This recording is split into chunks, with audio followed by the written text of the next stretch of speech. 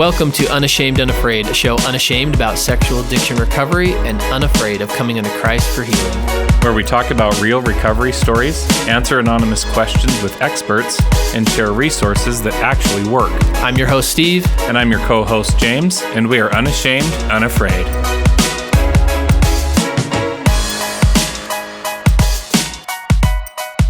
James. Steve. Nicholas. I forgot Winston or something. Wow. Winston? You think my middle name is Winston? Something like... Great, now there's some person listening Yep. that's like, my name's Winston. These guys are jerks. What is it? Weston. It's like, you know me. Yeah. So, I shared in my, we put my story up, finally, the audio of my story, right? One of the big movers and shakers to my recovery, one of the inspirations for Unashamed was I heard this guy share his story. This guy happens to be the Hulk of Hope named Chris. So Chris and Autumn were the first story that I recorded. Maybe everyone doesn't know that. There's a little Unashamed history for you. And I recorded it on my MacBook on their table in their front room of their house. I just set it in the middle of the room and hit record. And I remember because I've started Unashamed and still do Unashamed without years of sobriety. Yeah. I remember driving over there with Kayla and I'm like, Kayla, she hadn't heard their story. So I'm like, you got to hear these people's story live. And I'm like, and this will be perfect because then it's I've got both ends of the spectrum. Some people are like, this guy's an idiot. And I'll be like, well, Chris and Autumn aren't idiots and they have 6 years of sobriety. So I was all stoked about it. So that recording's terrible.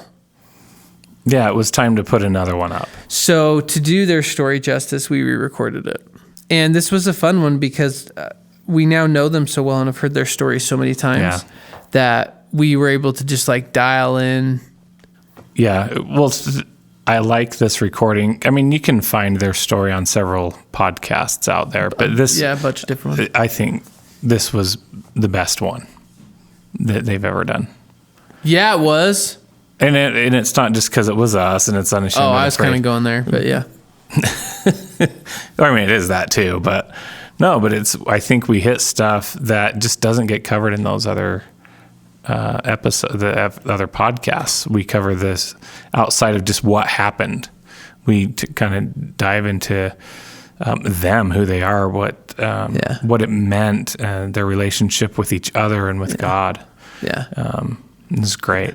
Well, in the bonus content, they talk about sex. Chris kind of talks about how he resists temptation, what that dialogue has looked like, how he's kind of done that. And God stuff. Yeah, they talk about their relationship with God now and how that trust is, I guess, kind of what that intimacy with God looks like for them now. Yeah, so the bonus content comes to our outsiders. Our outsiders are those who are bold, accepted, and unashamed. James, how do I become an outsider?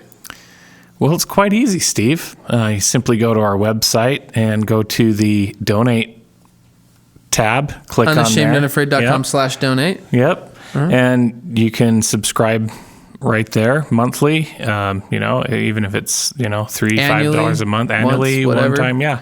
And just make your choice in a donation and that'll get you onto our, private podcast feed where you get all of the regular content plus the bonus episodes. So to get that bonus content, all in the same feed.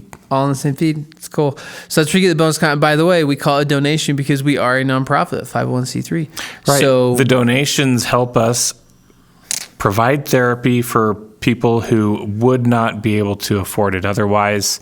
Check out the scholarship page. Right. With these donations, we have already been able to sponsor people to go to the Heart of a Woman retreat. You can go back and listen to that episode where we interview 3 of the women who wouldn't have been able to go without that sponsorship or scholarship. Warrior Heart, some therapy stuff. Yeah, and we've had guys that we've taken to Warrior Heart, and we're working on getting people into phase 1s with Lifestar and other things like that. So you outsiders that have already donated, thank you so much. You guys are amazing. And if you want to donate to the cause, become an outsider. Yep. And legit, our outsiders are just some cool folks. Oh, for sure. For sure. So, oh yeah. So we invite you, come do it, subscribe. And the reason we like sit on that for so long is because like Chris and Autumn are such a banner of personal missions of just recovery. So if you don't know, Autumn is helping with the podcast. They've just gotten started this year going Rise Up Restores, riseuprestore.com, which is like the female version of us. So if you remember Richard and Becky's story, Becky founded it with some lady named Christy. I think she's married to some guy named James Nicholas. Yeah. Yep. Anyways, she's been on our podcast a couple times. And Autumn and some others. So they're recording women's stories and doing the same thing, kind of. Right. So she's doing that. Go and check that out. Chris obviously helps run Unashamed with us, and they go speak like all the time. Right. So they're ready to come speak. So you can email speak Chris. In wards and churches all the time. Schools. And it's phenomenal. Yeah. And they Adults, dial down, youth. adults, youth, and they'll dial down the content for the youth, and make it talk to the age youth in the right way. Yeah. Leaders, it's right? amazing. Amazing. So if you're sound of my voice, they'll come, they'll speak. So in your church, organization, whatever. So you can just email Chris at unashamedandafraid.com, and reach out to him about speaking. They do an excellent job. So all of these stories are amazing that we share. We say that every time, like, but this one's the best one. This one's the best one. This one just has a special place, I think, in all of our hearts because, there's a reason we call Chris the Hulk of Hope. And he has been that beacon of hope for so many of us that followed in their footsteps in recovery, right? He was that beacon of like, hey, I've been doing it. Hope is possible. You can do this. And so many of us have just looked up to him for that, because his and Autumn's story is just, it's amazing. So I always say, when people come on to record, your story matters because there's going to be someone out there and they're going to go, that's the story. Mm-hmm. That's the story that resonates with me. That's my story. That's my story of hope that I got. Chris and Autumn, for me, are that story and the story that inspired me to do Unashamed and Unafraid. So, the legendary story of Chris and Autumn. Here it is.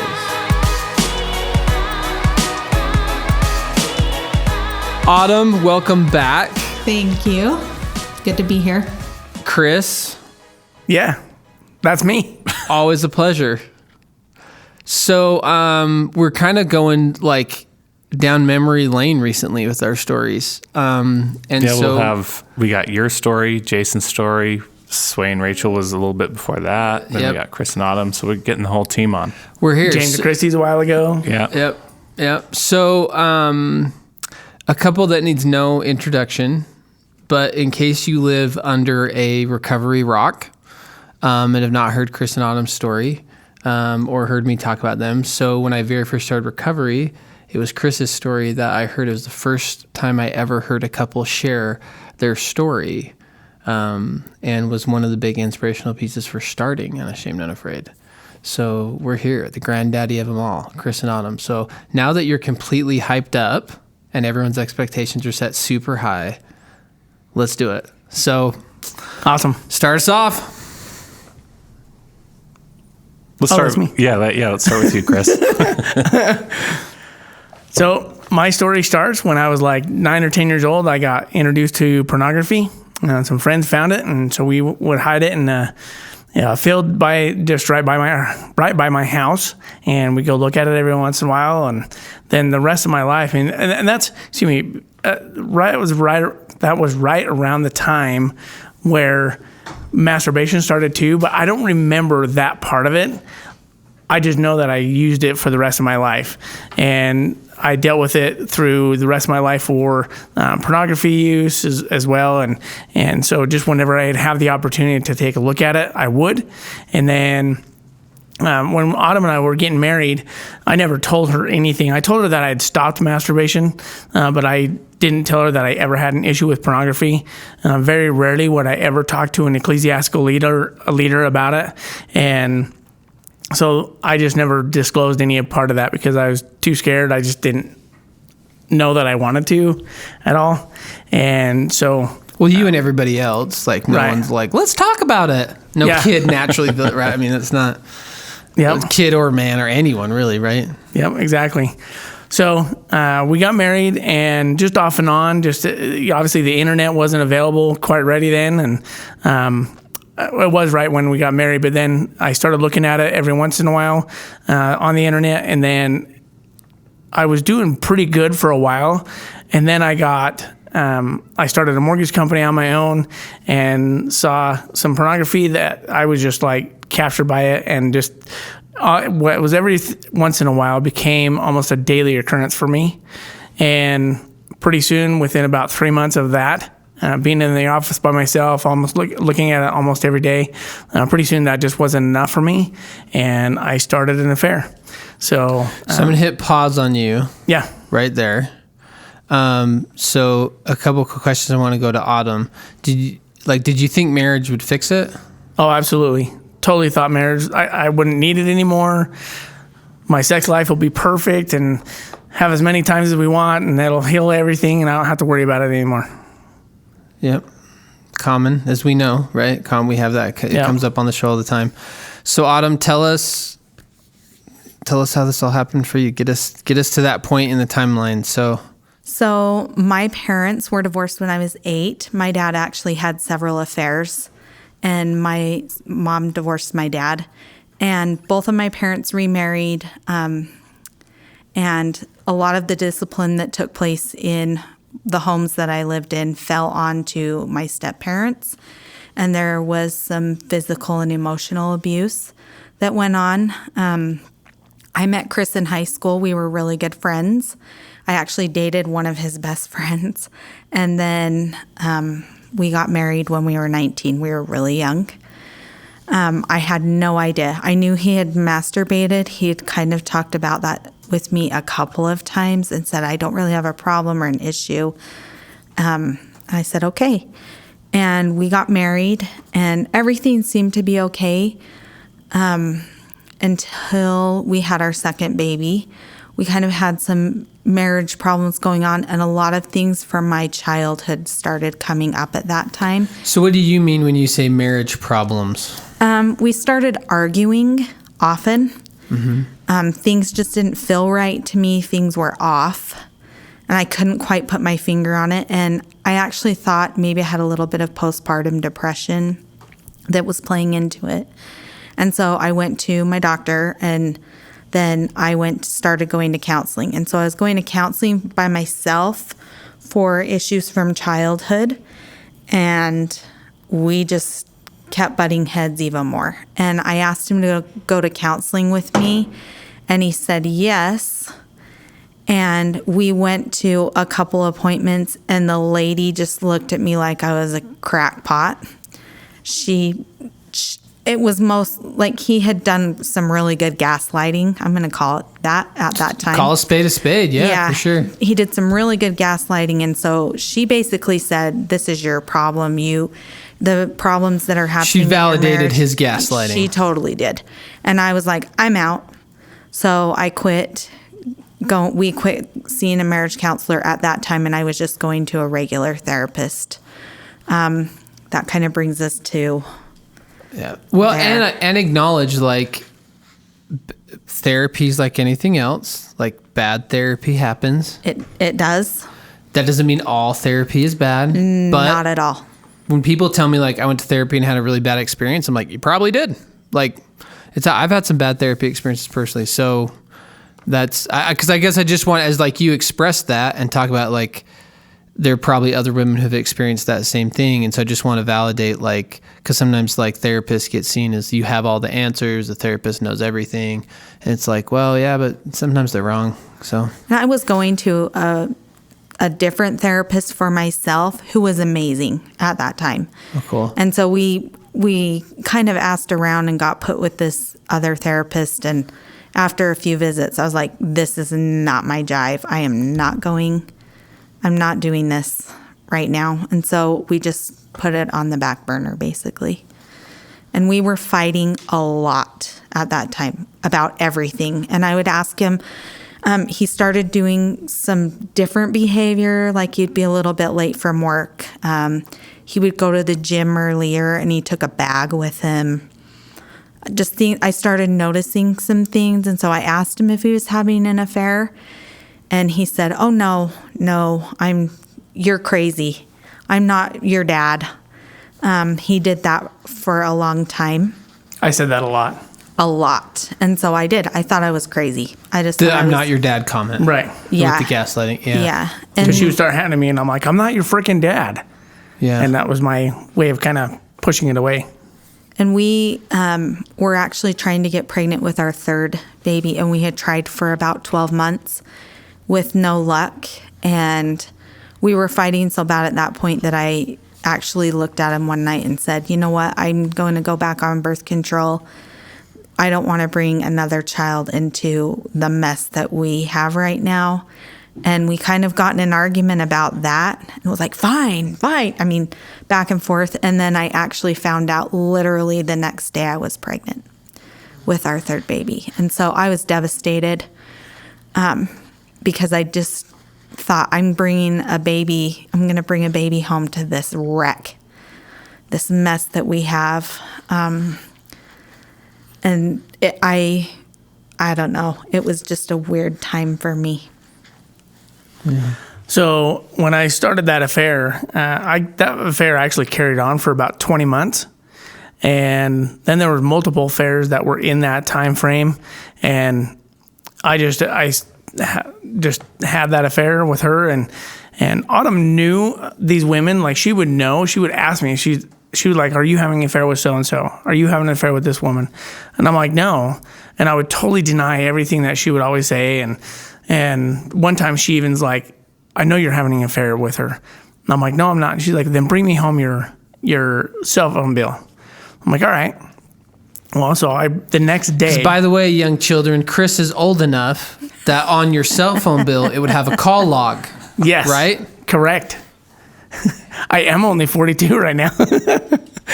But that is true. So I printed it out, and I spent 8 hours the next day at work changing all the phone numbers in my phone, or in the call log, because I was like, I'm not going to let her see all this stuff. And so I changed everything. Brought him home, and he had this huge stack of paper. I gave it to her, and I'm like, "Here you go." And I was like, that's proof enough that I'm not having an affair. But she knew. She would constantly like ask me, and she just knew, but she didn't know. Can you tell us what kind of signs you were looking for, or what stood out to you that made you just so certain that this was going on? The arguing was pretty intense and heated, and I just felt really disconnected from him, like a total disconnect. When we were first married, we were super, super close. He tells everybody that. We were super close, best friends. We talked about everything. We did everything together. That basically just stopped. And he was going to school full-time and working full-time. And then he started a mortgage company right after he graduated from college. And at first I thought it was because he was so busy with work that we were disconnecting. And then there just started a lot of excuses. Well, I've got to do this and I need to do that. And he turned into, pardon me, an ass. He really did. He was being an ass. By the way, Chris is nodding his head yes. Yep. Just for the record. And he'll tell you that. And I'm like, sorry. If you need to bleep it, you can. But it just was weird. And then I started asking questions. Well, because I would notice things. Like, I went into his office and noticed something about him, something going on with him and someone else. And I started noticing things. And I would ask questions, and he'd be like, "Oh, no." I think one of my spiritual gifts is I can walk into a room and notice things about people, and I know things about them. It's your intuition. Totally. Yeah. And some people don't have that. Like, my mom will say, I don't have that at all. I have always had that gift. It has kept me safe in my life. It's taken me out of situations. So I feel like in this instance with Chris, I would be very specific. Be like, oh no, you're just imagining that. You didn't see that today. I'm like, yeah, I did. No, you didn't see that. And then I started going in my head, well, maybe I really didn't see that. Yeah, the crazy making. Yeah, just totally that. So a lot of gaslighting kind of made you really question that intuition. I questioned everything about myself with the gaslighting. Okay. But I feel like a lot of women don't trust that. We talk about that on here, right? Like the women always know. And it's not a black and white thing, but I mean, trust your gut. If something feels off, it probably is. You totally need to trust your instincts. I can't tell you how many times I didn't, and I came back later, and every single thing was exactly on. Once the truth was coming out. Once the truth came on, it was exactly how it played out with us. So what's next? I mean, so how did it all come up? So you're having these affairs, you're kind of spiraling, you're gaslighting, you're doing the crazy making. What breaks? I actually got caught for one of the affairs. So I was young men's president at the time. I got released from that calling, and then when I went to the disciplinary court, I before I even disclosed anything to Autumn, I was like asking my bishop, is there any way that I could not tell Autumn about this? Because this I knew was her biggest fear because of everything that happened with her dad. So I'm like, is there any way that I can not say anything about this? And he's like, nope, we're having your disciplinary court on Sunday, and she needs to be there. And our anniversary was that week. Of course. Oh, yeah. It was our anniversary. How it always goes? Yeah, these things always happen on special occasions. Totally. Holidays, Christmas, birthdays, anniversaries. Yep. Yep. So when we were in there, I was just praying that they would excommunicate me from the church, because my perception was that if this would be perfect, because I'm not going to disclose any of these other affairs. I'm only caught for one, so I'm not going to disclose the other 4 affairs that I had. I'm like, this will be perfect, because in a year I can get rebaptized and then be totally forgiven of my sins, and then that's perfect, because I don't have to disclose it to anybody. So that was just a grip that the adversary had on me, and making me believe that was truth, that was real. So at this point, you're not against recovery, but you're kind of not all in either. Right. Definitely looking for the recovery loopholes. wasn't even an option yet. Like we had no idea. We didn't even know about recovery at that point. We didn't know anything about sexual addiction. It was really not even it wasn't even the beginning of the forefront yet. So you're not linking this all together. No, like this not at might all. be a pattern. These affairs and stuff. No, Nope. that wasn't until a little bit later. So I was disfellowshipped at the time. I was not excommunicated, so I was disfellowshipped, but then I still continued an affair that I was having with my buddy's wife, and that carried on for a while. And we had just left. We were going to go hunting the next day, and so with her husband and her and my brother and some friends, and we were going to go hunting. And I had just picked her up, and we went to the alcohol store, and I was just dropping her off at the alcohol store, or excuse me, I was dropping her off at work, and she received I just a call. love that Chris calls it the alcohol store. It's just a criticism. I just love the guy. That's all. The good old alcohol store. Oh, the state liquor store is what it's really kind of, That right? kind of tells you where he's at now. Thank you. Chris has done a lot of healing. So yeah, because I had started drinking, and so I dropped her off. But while I was dropping her off, she received a call from her husband, and she looks at me and she's like, he knows. And then my phone started ringing, and I didn't answer it. Then I got in my truck, and then I answered it, and Autumn was just beside herself, just super pissed off, rightfully so. And she's like, you need to come home right now, and not so many good words. And so I'm like, all right. So, Words we would bleep out on this podcast. You totally Yeah. would bleep him out. Totally. Yep. Well, it's fair. Yeah. Yep. So on the way home, we had just built our house, and we'd only been there for 10 days in the house. And so I was going to not disclose that I was drinking, and I had all this alcohol with me. So I stopped at my old house, dropped off the alcohol.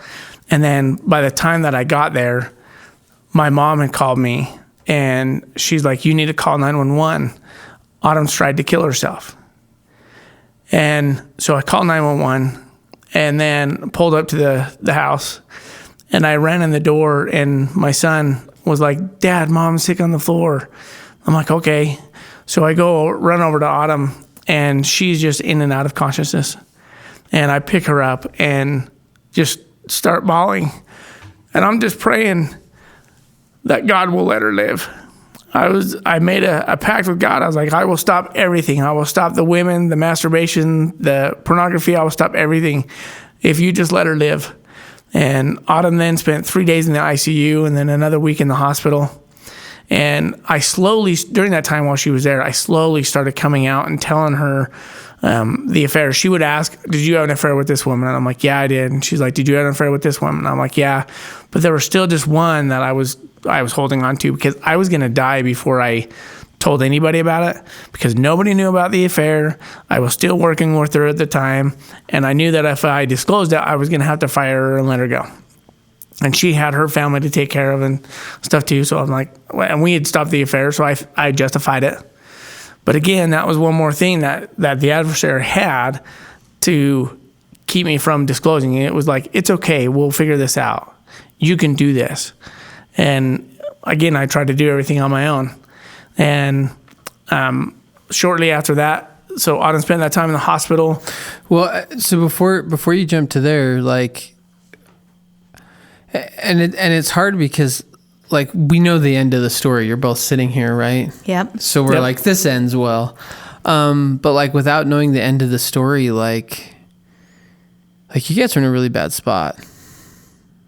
Like, that's pretty heavy. So like, Autumn, like, he goes through this first, which we kind of skipped over through. Like, he goes through this first discipline council, right? Gets this fellowship, is having this affair, totally confirming the stuff with your dad and what you, right? He said, he's like, I'd use that double defensive. So it's like stab with a knife and twist.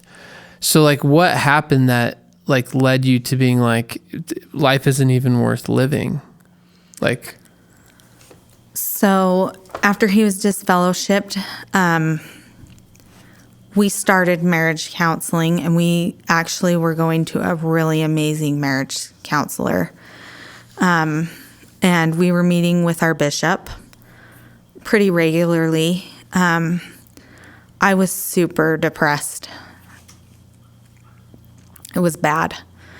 I had a baby. I had 3 kids that were 5 and under. And I just felt like my world got rocked. I had asked him some specific questions, and he'd lied. Had he told me the truth, we probably would have gotten divorced at that time.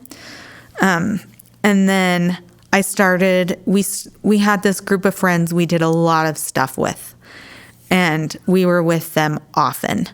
And I started noticing things with him and my friend, and I started asking questions again. And he denied it, did a whole lot of gaslighting. And then my phone rang.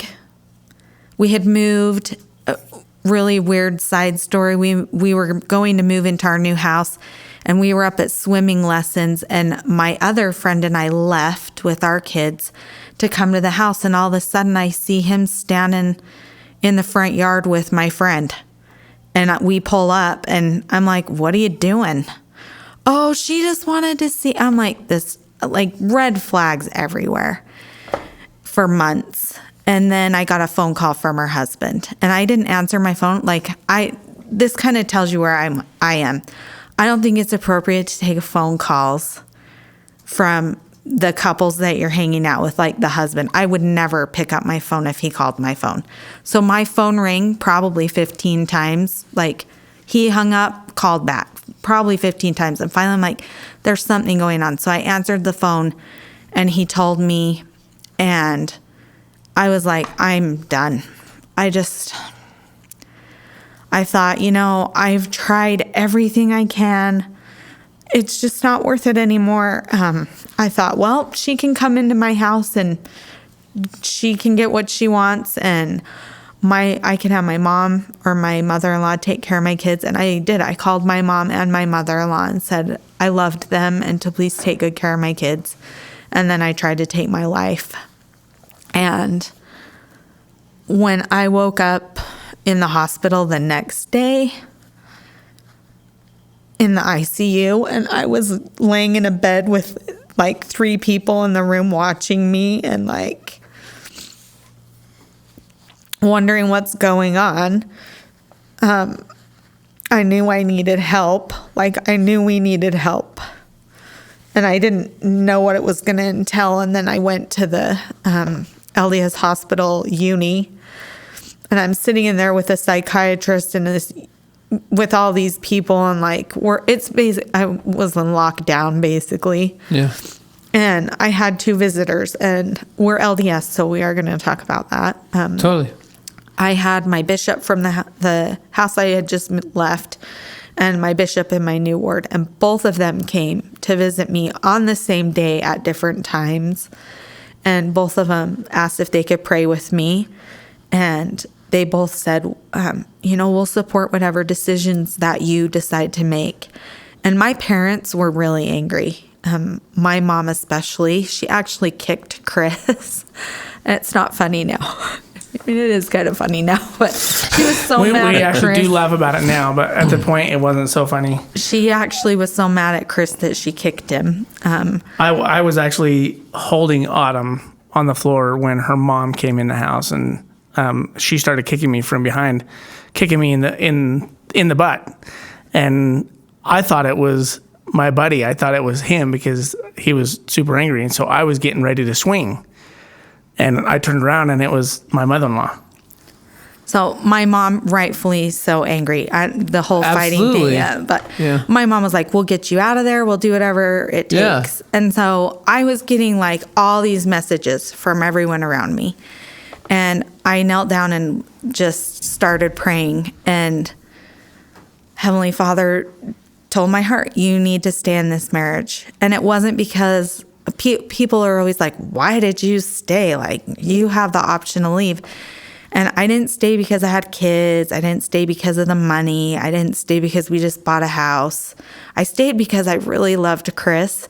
And I could see glimpses of who he was, who God had intended him to be before. And I just loved him so much. I didn't know what I was signing up for at that time, like no clue what even addiction recovery was at the time. And so I decided to stay. And from that point, he was excommunicated from our church. And we were still going to our marriage counselor, and she referred him to a sexual addiction therapist. And he saw him for about a month. And I'm like, what the heck is sexual addiction? Like, this is just some made up malarkey bullcrap. Like, it's just like, an am I getting excuse. gaslighted again right now? Yeah, like hell seriously. no. Yeah. And she's like, no, really, there's studies. It was just starting to come out. We're just on the forefront. And his therapist was like, hey, I'm actually taking over this other practice, so I'm going to refer you to this program called LifeStar. And he's like, okay. So he comes home and he's all, I signed us up for this program that we got referred to by, I don't even remember his therapist's name.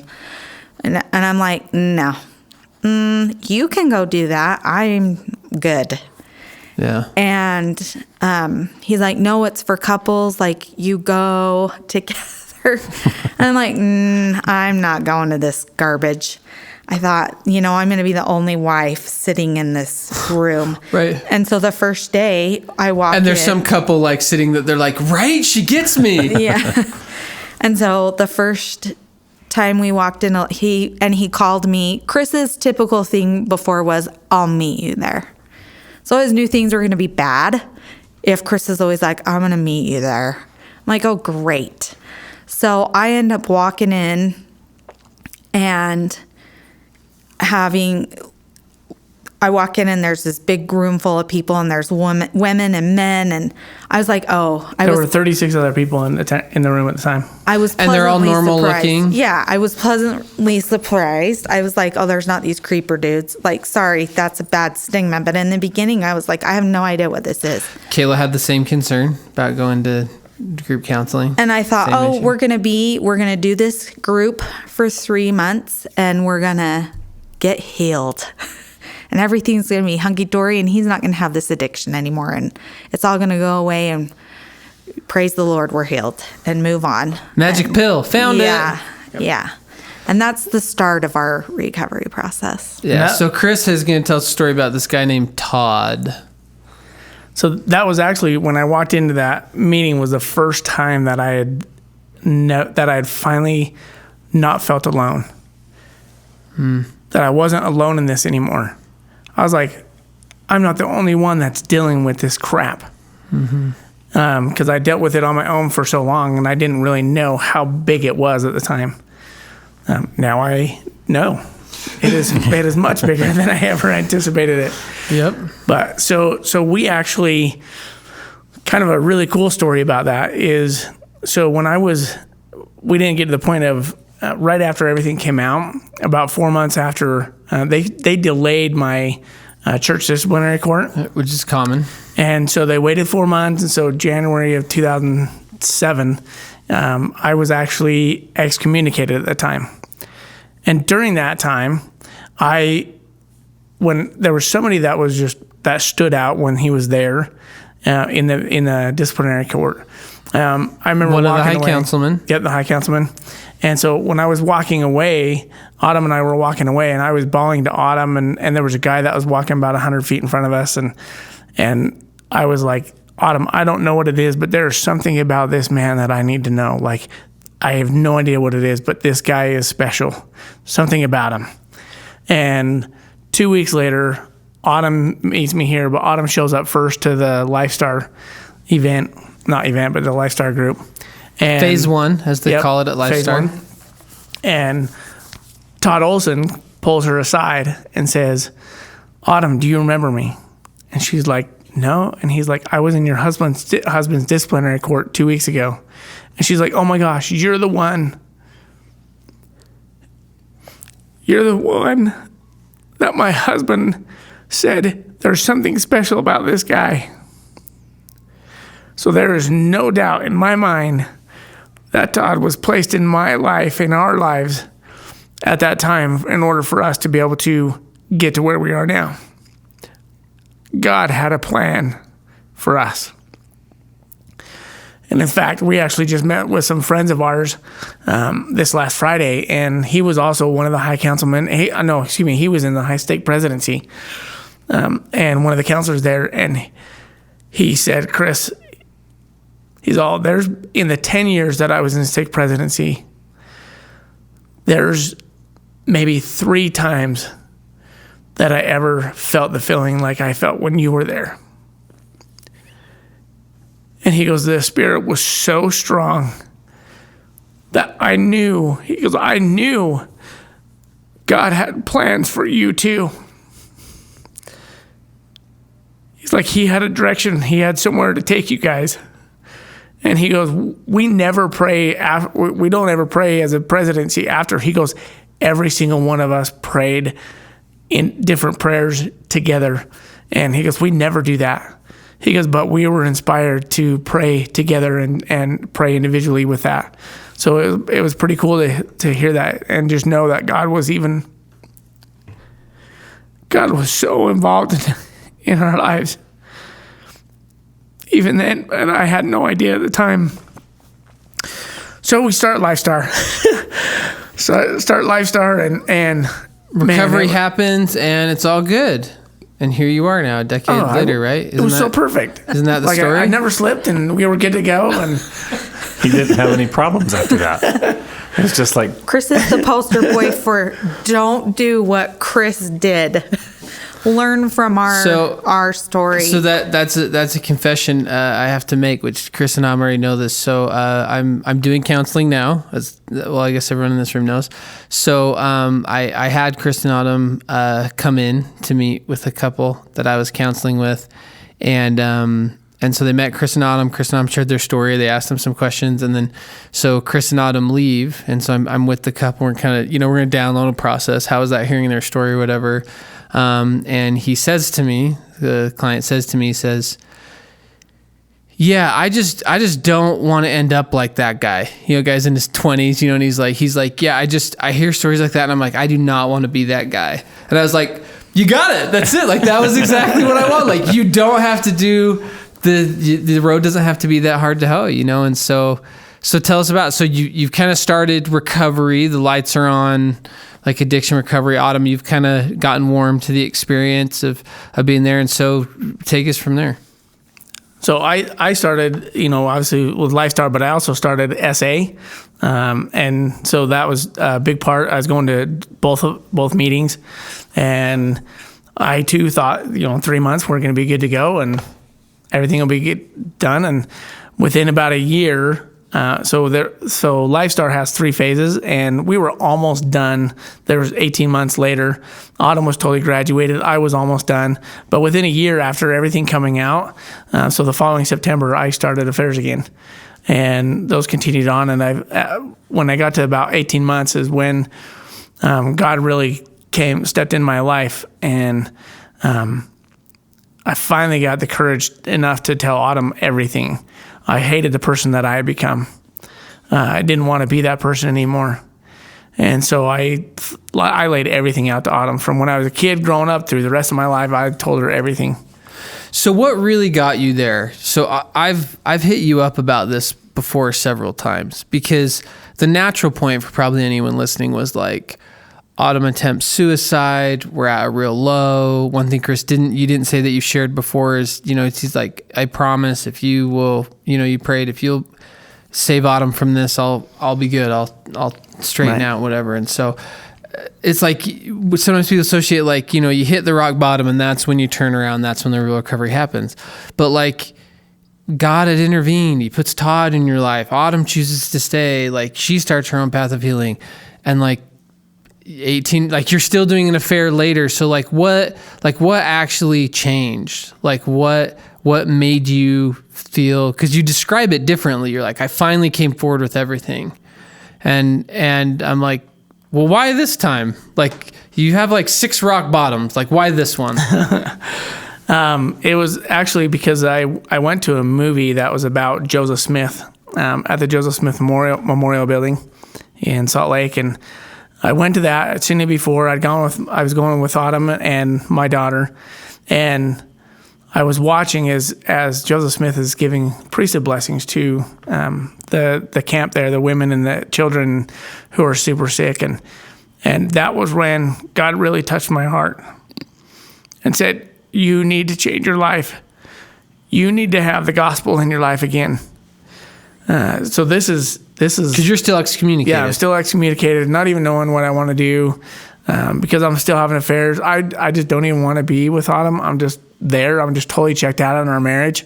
I'm just there because I have kids, and God just told me, you need to change your life. So it really, and what's weird about that is that the next day, my cousin called me, and I'd gone to golfing a couple of days before. My cousin called me and he's like, "Hey, I heard somebody was saying that you were drinking out on the course." And I'm like, "No, I wasn't." And I'm like, "You know what?"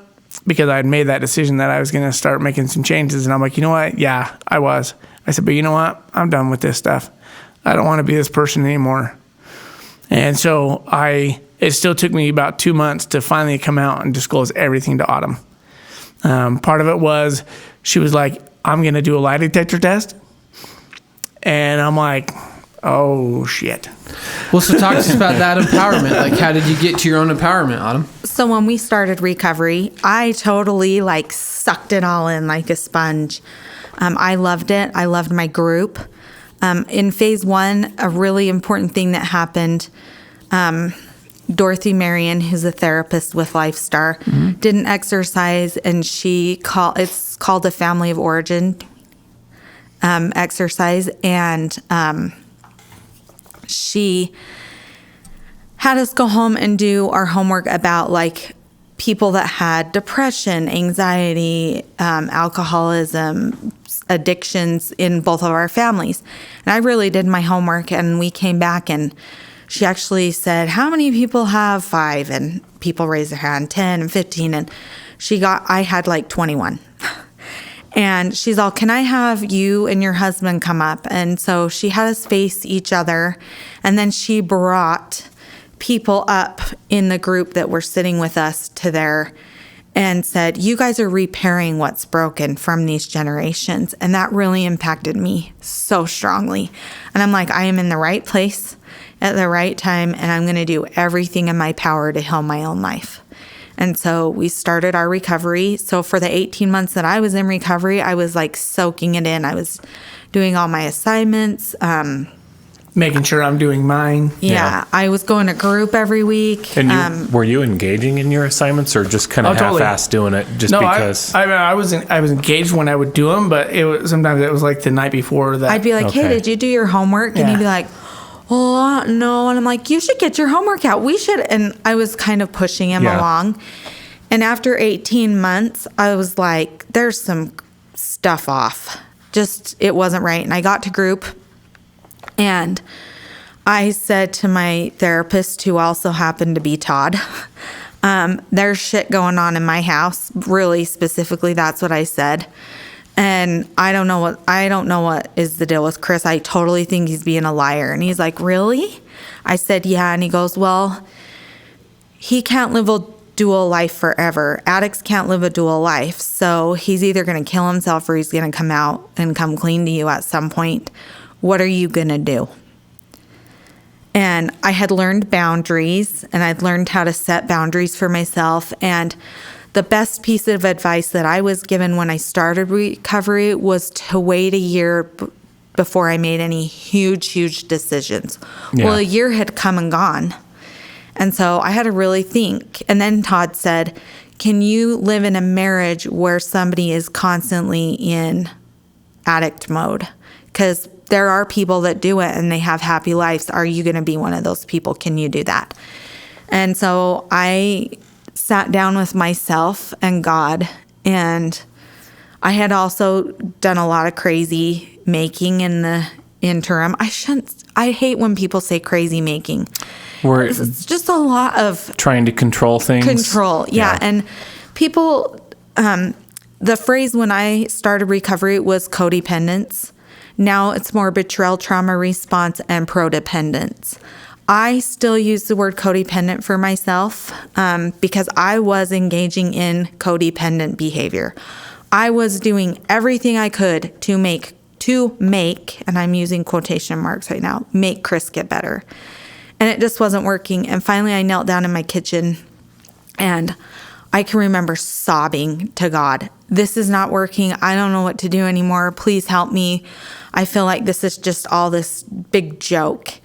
And Heavenly Father said, Autumn, you give me Chris. You give him to me.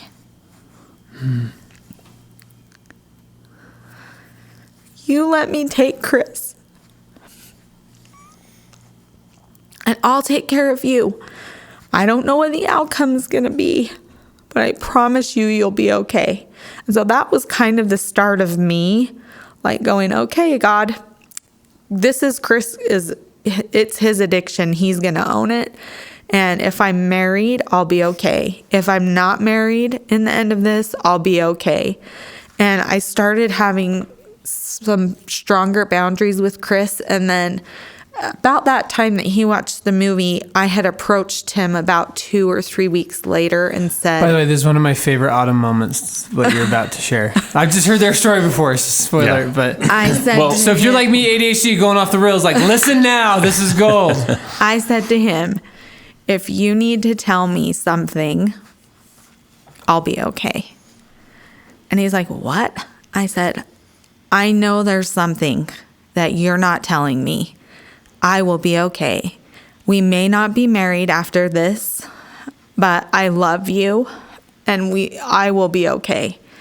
And he said, okay, thanks for sharing. And then later that night, he's like... But before you say that, she said, if there is more and you're not ready to tell me, then just tell me that. And I said, yeah, well, I've been drinking. And she's like, no. Meaning just say, yes, there's more. Right. Yeah. And I said, well, I've been drinking. And she goes, no, there's more. And I said, okay, there's more, but I'm not ready to tell you, but I'll tell you in our counseling appointment next week. And then I got the call that morning, hey, I'm going to meet you at counseling. Yeah. You know what that means. Yeah. But I mean, so, what a baller move creating the safety, and I'll let James go. But I just want to highlight, like, Autumn, baller move. So I can't highlight enough just how powerful that is. In that moment that it's so many of the spouses need to come to, really on both sides of the table, where you finally have to let the other person go. That from the spouse's side, you have to stop controlling their recovery and hand them over to God and just set them free. And the addict has to do the same thing often with the spouse. They have to stop trying to manipulate, control, make her stay, or all those things. You just have to let her go. What's beautiful is that surrender. It all happened at the same time. I had my epiphany and my connection with God, and she had hers, and it all like kind of came together at the same time. Yeah. Which isn't always the case, right? No, it's one not. spouse, and I mean, I would say, you probably had several epiphanies, Autumn, before. It sounds like in your 18 months of really work and recovery, you're being a sponge. A lot of that. Yeah. There's probably a lot of growth there. There was tons. Yeah. Tons and tons. So he meets you there. He meets me there, and he's like, there is a lot more than I need to share. And he told me some. And I said, there's definitely more that you're going to need to tell me. Right? And he said, yeah, there's one more thing. I just don't think I'm quite ready. And I said, okay, well, I'm going to leave. He goes, do you want me to leave? I can go stay somewhere for a week or two. Or I'm like, nope. I'm pretty PO'd at you right now. And I probably said the F word in that office 50 times that day. And then I said, By the way, it was out. a 5-minute appointment. Peace out. I was like, peace out. I'm gone. And so I actually left for a week. And really had to set myself up again for Kay. So this is like the third time coming out. So we tell people, please don't do full disclosure 3 different times. Like, I know it's scary to do a full disclosure once, and they even have in our recovery program, LifeStar, they've made a workbook now about disclosure. But it does a number on you. It really does. It's like high and low, high and low, high, low. And then you go down to this deep low. But I knew I was going to be okay. And I did a lot of praying during that week. And I came home and I said, I can't be married to somebody who isn't in recovery, like real legit recovery. So if you're not going to do that, I'm out. I love you. You're and the thing is Chris is an amazing father to our kids. He's an amazing son. He's an amazing friend. He was a really good poser though. And so I was like, oh, I'm done with the load of crap. So you're going to have to start real recovery. And he did. Actually, our therapist made him start over. And that's kind of when I saw changes in him. And it was over time. It wasn't like some quick fix. Yeah. Chris, did you panic that week that she took off?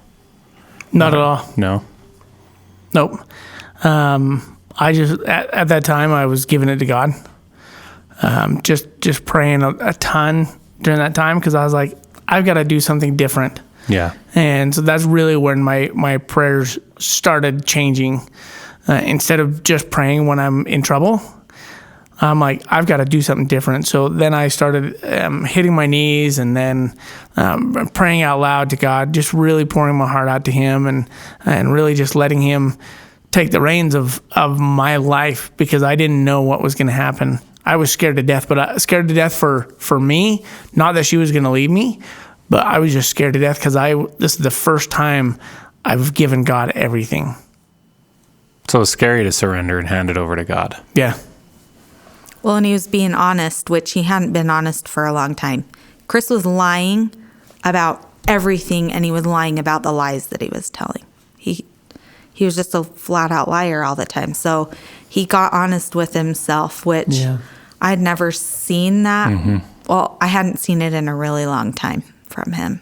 And that's kind of how I knew his recovery was starting to work, because he started being honest and he started being vulnerable and he started being real and he started checking in and telling me, hey, I had a slip today. Checking in every night. Yeah, we did. He checked in with me every night. It was physically, emotionally, sexually, and spiritually. And he did that every night for a long time. And Years. for the first 6 months, it was almost every day I had to slip with masturbation today.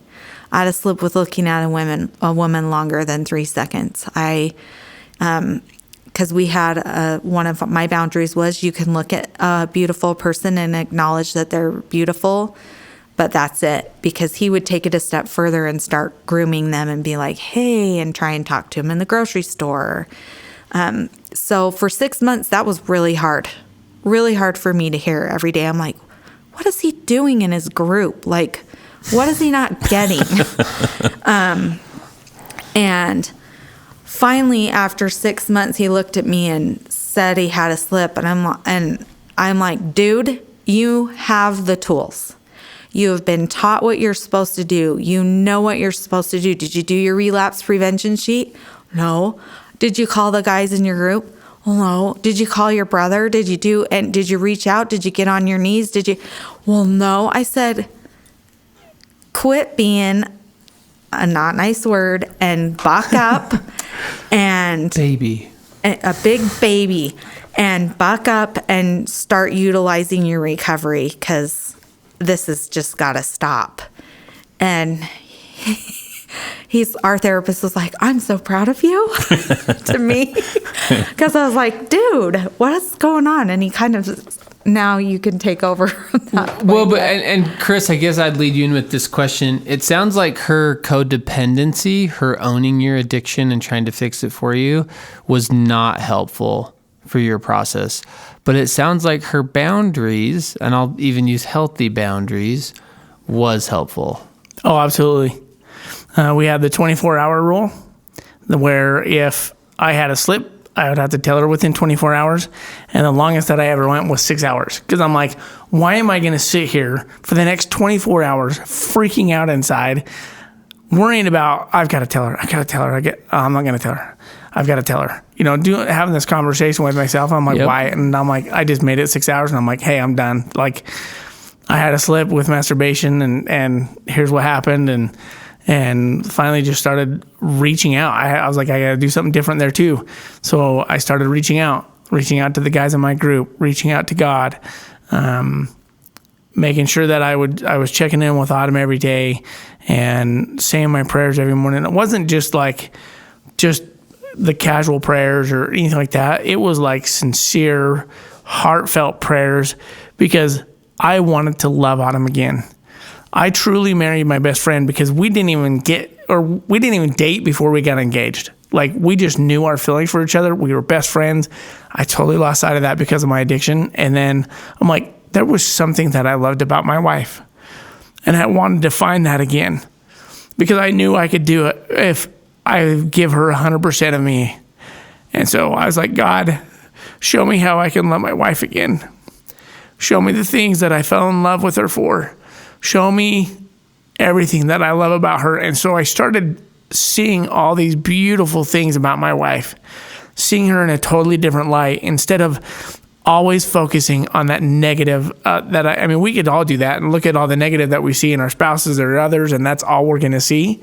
But when I started changing and started focusing on those positive things and the things that I loved about her, I totally started seeing her as a totally different person, as the beautiful, amazing daughter of God that she was, and just who she truly is. And that's really when my recovery just really took a step up. And I really connected with Autumn a lot more. We were connecting because we're actually finally talking. That communication piece of checking in with her every day allowed us to start talking and have the communication that we've never had before. So that was really good. And then, the thought that comes to me is it's interesting because as we all sit here and know you now, you're the Hulk of hope. You're one of the most hopeful, happy-go-lucky, feel like you don't have a mean bone in your body type person. And so part of me wants to go back and meet addict Chris just to know that he's real, because I just never knew you in that phase of your life, and so I just know you now. I met you when you were 5 years completely sober of everything. And so I know the new person that you are. So, because that is true about you. Like, you are A very completely new positive. man. Right. And Autumn, you talked before about like you don't do husband bashing, you don't participate in husband bashing, and so just like that, I guess I'm just saying, as someone who knows you personally, like what you're expressing is actually true about you, having just hung out with you on a Friday night and whatever. Like, you're two of the most positive people and, you know, uplifting people. That's just a truth about you. But tell us, like, what were the other like keys for recovery? Like, what were the things that were game changers for you guys? Probably the biggest thing was finally coming out with the full disclosure of everything. I wasn't hiding any affairs anymore. I wasn't hiding things about my childhood, and that was a huge point for Autumn when I finally, you know, she said in the counseling appointment that I still had something else to disclose, and it still took me a while to finally come out and tell her that. And I'll let you share that part. Just when he finally disclosed everything to me, I actually saw a physical change in him, and this light that had been missing from him was back. It was coming back. It was amazing for me to see, and he started telling me the truth, and I would take the worst truth over the tiniest lie. Because he was telling the truth for once. He started validating me, which we learned a lot about validation in therapy. And he started parroting me. So when we'd get in fights, he'd be like, "So you're angry because of XYZ?" "Yes, I'm angry because of XYZ. What do you mean?" And he's like, "Okay, so use this." And after a while of him and I working through our arguments that way, I was like, he's really understanding me, instead of before where he was just like blowing me off, or you just need to change this about you, or you need to do this. He was actually like listening to my feelings and validating me. He created a lot of safety for me. And I always felt physically safe with Chris. There was a lot of physical safety. It was more the emotional safety that I didn't feel from him. And he created that for me in checking in and doing the validating me. And he didn't have anything to hide anymore. He would be like, "You can check my phone anytime. You can check my computer. You can." My dad actually had taught me how to hack into a computer about 8 months before that. And I hacked into his work computer and found garbage. And I'm like, "What is this?" And he lied about it. And it was so refreshing for me, and not that I needed to look at his phone all the time, because that's but part of the he was codependency. open. He wasn't defensive and gaslighting. Yeah, and he was totally open. He's like, "Here." Yeah. Part of our boundaries were accountable. Yeah, I guess part of our boundaries were he couldn't go to the gym. He did a lot of that. Was our personal. We both decided on that. Because he would go from the gym to a person's house. It wasn't necessarily the gym that was the problem. And it was really interesting. A few years ago, he came to me so humble, and I felt like a big a-hole when he's like, "Can I go back to the gym?" And I'm like, "Oh my gosh, yes, you could go back to the gym." But I just was like, so. It had been 7 years. Yeah, I'd been so grateful that he would even ask me, "Okay, can I go back to the gym?" Instead of, "Hey, I'm going back to the gym and this and that." He's like, "Hey, I know that the gym causes this for you, and can I go back?" Safety. Yeah, total safety. Because he would have accepted if you would have said no. Yeah, he totally would have. Another really cool experience that we had, somebody pulled me aside and said, "I just want to tell you, I was in a group with Chris. They had gone to the priesthood session downtown, and they went to the mall after, and they were like walking through to go to the restaurant. It was either before or after, and the person said, there was a very, very beautiful woman walking by, and Chris actually put his head down in a group of men and walked by her, and then looked back up and carried on." And he's all, "I don't think you know that he truly is living the recovery that he's saying he is." And he was, and he does, and he is. That's cool. Chris, what about for you? About what? Chris is getting taken out by the Autumn loves him. No big deal. Just shedding some tears, feeling the love. And if you ever hear the opportunity to hear Chris and Autumn speak live, you need to take that opportunity because they're the real deal. You can tell that sitting here with you guys. And that, I mean, that's, as you know, and I shared it on my story. I went home and told Kim, like, they're totally normal people and it's totally real. Like I was there in the room with them, and that same authenticity's here with us now. So after we finally like did full disclosure and stuff, I started making all these changes in my life. I eventually went to a thing called Warrior Heart, which is what we have talked about numerous times on here. Hashtag warriorheart.com. So Warrior Heart just really just stepped it up for me with my connection with God. I'd already started seeking him out. Yeah, baby. And it completely changed me. June 2009 was the first boot camp that we held here in Utah. And I had no idea what I was going into or what to expect or anything. And I'm like, sure, I'll go. Todd's putting it on. Yeah, dope. I'm totally in. So we went. I remember I had like $1 to my name, like literally $1. I had $1 with me, and my buddy Jim paid for me to go.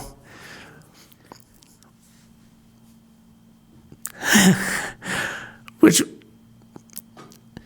was amazing that he would do that, because something so little to him completely changed my life and my trajectory in my recovery and what I was going to be able to do with being able to speak and be part of this message, this amazing message, and this newfound intimacy with God and this love of God. And I went to that boot camp and I was just a freaking bawling mess. And that was the first time I'd ever dealt with my father. My father took his life when I was 17, and he shot himself. And I was super angry, but I just didn't really know. I was angry at the time. I mean, I was in the morgue sitting there next to my dad's dead body, and I'm super pissed. I'm not even crying. I'm just pissed because he had done something like that. And so I had to walk out because I had so much anger, and I didn't really know how to deal with those feelings. Shoot, I'm 17 years old. Yeah. So, and I'm 17, and I'm like going, I don't know how to deal with this stuff. And so I just kind of put it away and said, I will never do this to my family ever. And then just moved on with the rest of my life, you know, and it wasn't until I went up to boot camp that I really finally dealt with that. And man, it was incredible. God just showed me things in my life, showed me so many things of how he was in my life and these tender mercies that he's given me and the love notes that he sends me and all these beautiful things. And this, I found this new connection with God. I'm like, you know what? This is a message that I need to be a part of. So I started helping with putting out the marketing pieces and sending that out and being part of that. Then I became the prayer team lead, and now I'm on the speaking team. And it's just been a part of my life for the last almost 11 years now, coming up in June. And totally changed my life, and it's been part of me now. God, therapy, what have we not covered? What gems are you hiding, Chris and Autumn? Recovery gems. Anything else we didn't cover? Along with Warrior Heart, the women's retreat, just it took me a long time to realize that you cannot get your validation from anywhere but God. I think a lot of people in recovery look to their therapists for validation. They look to their parents. They look to their loved ones. They look to their spouse, their kids, their job. Church leader, job. Yeah, just anything else but Heavenly Father.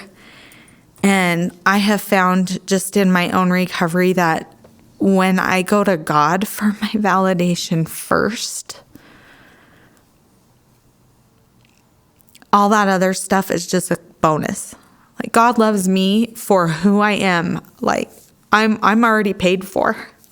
Like, I don't have to hustle for him. I don't have to work hard for him. In our recovery, I always felt like as long as I'm hustling for God, he'll have my back. Yeah, hustling for your worth, Yeah, earning I it, as totally- Steve Shields would say. Yeah, earning totally it. have to hustle for God. And just, I mean, the last few years, I'm like, no. God loves you for who you are right now as you are. No matter what you've done, no matter where you've been, and no matter where you're going, his love doesn't change for you. So someone starting recovery who feels very far from God and very disconnected or their higher power, I would say to you, you are not too far. You are going to be found. Someone is going to find you. You are not lost. You are not. You are not too far gone for God to save you. Even as a wife, like feeling alone in recovery, I can remember sitting in church feeling totally alone and having a friend have the same experience as me. Was like, wow, there's someone else like me. And actually now we know statistically half of a congregation is like us. So At least. it's just good to know that you're not alone in this. And Heavenly Father will place people in your recovery who need to be in your recovery with you. Your story is sacred. Not everybody shares their story. Totally. And who But if you want to, send us an email. Yeah, there's your little plug. Yep. But just your story's sacred to you, and you'll know who to share it with. And there will be people that will enter into your life that are God's angels here on earth that are meant for you. And it could be that you share your story with us and the whole world. That could be true It for could some be. listening. Yeah. Yep. Oh, I forgot. One of that, Chris. I forgot to say. So I actually did get rebaptized. Oh yeah, that did happen. Well, so tell us now. Like, give us the stats now. Tell us about your sobriety now and kind of all that. And Yep. So got rebaptized 2010, and then obviously, I mean, so much stuff happened. But then right now, so this month, this is April of 2020. Right now, this month, I hit 12 years of sobriety from being with a woman. January of this year, I hit 12 years of sobriety from pornography. And then December, I had hit 10 years of sobriety from masturbation. So that was a little bit harder to stop because I mean, that was almost like a daily occurrence. And I could that's the drug. That's the punch in your brain. Right. And I could just not look at pornography and the computer, or I could just not be with a woman. But pornography or masturbation is just like part of me. It's there.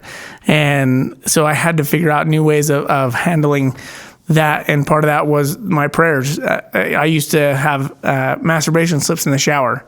So then I decided, you know what? I'm going to keep the door open so that my wife can always see into the shower.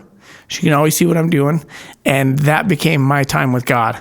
And I cannot tell you how many times over and over again that saved me from slipping with masturbation, because I would have that temptation come in and I'm like, no, this is going to be my time to spend with God.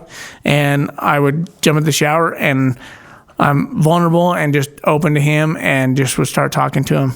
And that temptation would go away over and over and over again. So final word, Chris, we'll give it to you. For the hopeless out there who are feeling hopeless. For the men who are like, glad that worked for you, but not for me. Autumn talked a little bit about full disclosure. Don't do it 3 different times. It's super hard, and I totally get that. But go to your therapist and find out. Lay everything out to the therapist so they can help walk you through how to do that the right way. Because sometimes you may do it the wrong way, and that may make everything blow up. Autumn also talked about not making a decision for a full year. And of everything coming out and not making the decision, had Autumn made the decision to get divorced and follow through with or listen to what everybody else had said, she would have divorced me. But she listened to God, and she went to God because that's where she needed to get her validation from of what she needed to do and find direction. Had she not done that, we would have been divorced, and I would have been a weekend dad, and we wouldn't have this amazing, beautiful friendship and this love intimacy that we have, we wouldn't have that. And I have my best friend back. She is truly someone that I love to be around. We can drive to St. George and not turn any music on. We will talk for 4 hours straight because I love being with her. I love being around her. I don't look at my phone when she calls and go, oh, it's her again. I don't want to answer the phone. I answer the phone and I'm like, hey, babe, how's it going? You know, and she gives me butterflies all the time. We touch each other. We're close to each other. We love each other, and we fight for each other's hearts. And that's one thing that's really important is I finally learned how to fight for her heart and how to go to God for my validation instead of to Autumn for my validation or to these other women for my validation. I know that I can go to God for my validation and know that he's never going to invalidate me.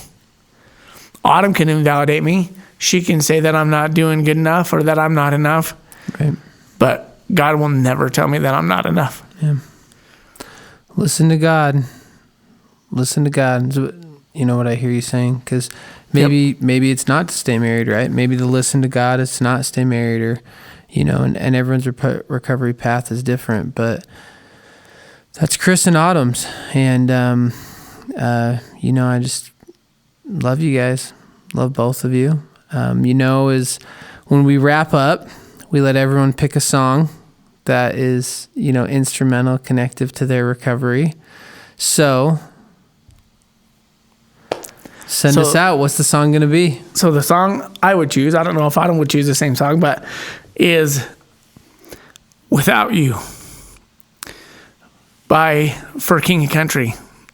And the reason, because if you watch the beginning of that video, he talks about being without his wife and without each other. And I literally cannot picture my wife or picture my life without Autumn in it. And I always want her to be part of my life, and I love having her in it. So I would say we do Without You by For King and Country. We can do that. Done. Love you guys. Follow us on unashamedandunafraid.com. At Unashamed and Afraid on social. If you have an anonymous question, submit it. If you want to reach Chris, the Hulk of Hope, it is Chris at unashamedandafraid.com. And they go out and share their story all the time. So if you want to come share it at church, school, whatever, group, family, they do it all the time. So reach out to them, reach out to us. Thanks for listening. Thank you guys for sharing. Autumn, always a pleasure. Thanks for having us. Thank you for having us on the podcast. And that song Love is you guys. perfect for you guys. And so with that, we'll go with For King and Country, Without You. What do you do when you don't get better? Strong arms get too weak to hold her. Oh God, give me and just enough strength to make it through.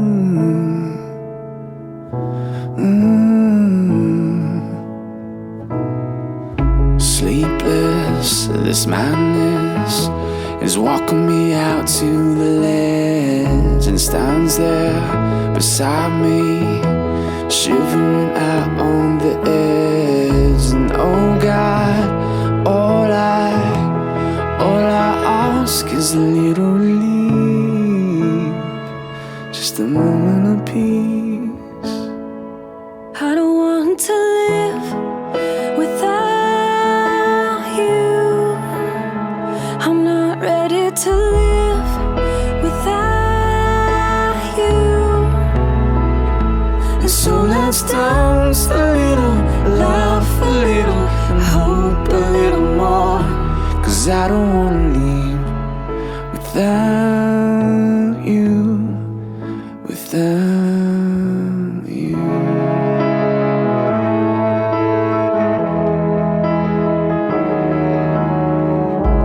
This thorn in my side, though it cuts and stings me, has opened these eyes I've never seen so clearly. And oh God, I thank you 'cause you bring me to my knees, back on my knees. I don't want to live without you. I'm not ready to live without you. And so let's dance a little, laugh a little, and hope a little more. And yes, let's dance a little, laugh a little, and hope a little more. 'Cause I don't wanna leave without you, without you. I heard a voice from the other side singing, hope fast, love lasts, as winter turns into summer.